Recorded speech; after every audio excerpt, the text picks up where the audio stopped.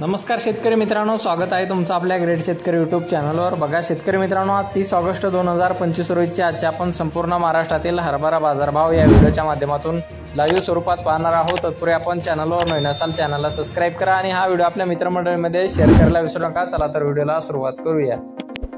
बघा शेतकरी मित्रांनो, कृषी उत्पन्न बाजार समिती कारंजा या ठिकाणी अवकालेली 430 क्विंटल, जास्ती दर 5935 रुपये क्विंटल जात आहे लोकल हरभरा।